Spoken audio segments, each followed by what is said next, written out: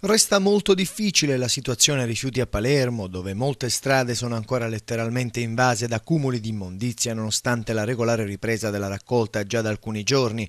Momenti di tensione si sono vissuti nella zona della fiera, dove decine di cittadini esasperati dai cattivi odori di quelle che sono ormai vere e proprie mini discariche hanno rovesciato per strada i cassonetti della spazzatura, bloccando il traffico per diverse ore.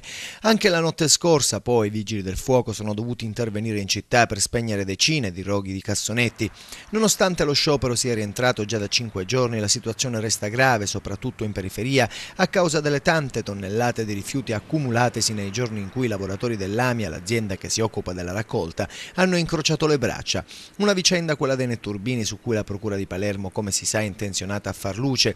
I PM palermitani infatti hanno aperto un fascicolo iscrivendo nel registro degli indagati oltre 100 lavoratori. Io penso che si possa affrontare tenendo conto che in questo complesso di Castelli Popolari c'è una scuola, ci sono dei bambini, io ho una bambina di 5 anni, credo che vivere in questo contesto in ambito scolastico non sia umanamente possibile. Dico, mettiamoci un po' di buona volontà anche a livello politico e risolviamo il problema. Intanto, come già detto, qualcuno pensa di risolvere la situazione appiccando il fuoco ai mucchi di rifiuti. Ieri notte si sono registrati almeno 50 interventi dei vigili del fuoco per domare i roghi, operazione indispensabile perché, come è noto, le fiamme sprigionano diossine e altre sostanze nocive per la salute.